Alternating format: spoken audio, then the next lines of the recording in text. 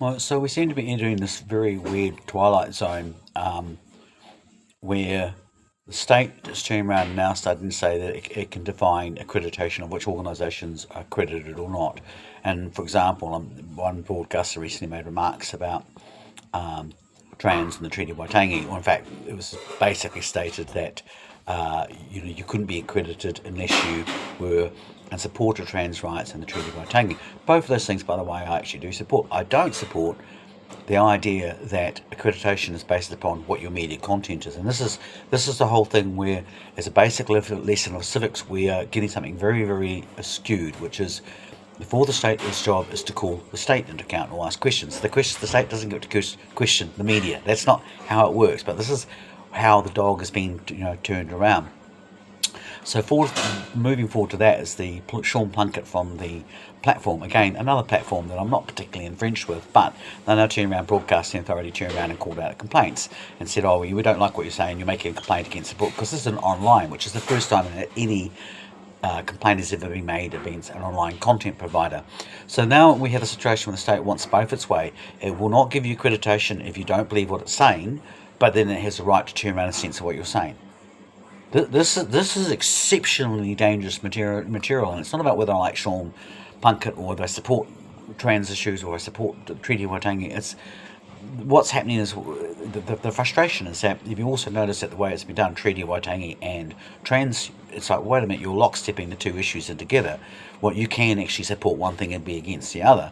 But basically you're now, and this is again we turn around and see, for example, the protests where we see Te Pāta Māori protesting on behalf of Palestine, but also locking into climate change, which has got nothing to do with issues of climate change, but it now becomes, if you don't support that, then we would counsel you on that issue. And this is actually neoliberalism, fascism at its worst. And mostly, even though you think you support climate change, that how could you, not support climate? It's not about the issue. It's about the issue of corporatising something so that you're able to take ownership of these particular issues.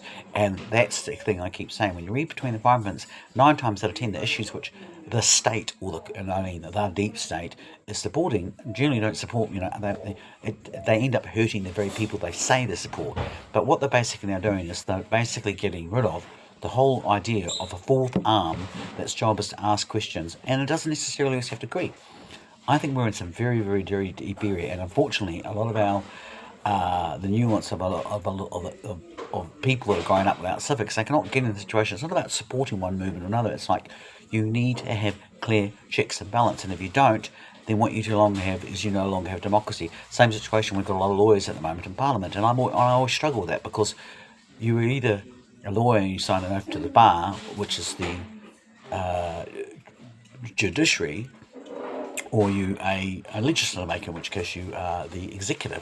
Judiciary is legislative, and then the executive, which is arms and police. But it's very important to have those arms separate from each other. Now what we're getting is a blurring of the line, and this is the thing that peeves me the most, is that we're not understanding these very clear lines, which we used to know to a very, down to a very low level, because we were taught this, and now it's been eradicated, and we are where we are. Not a good place to be.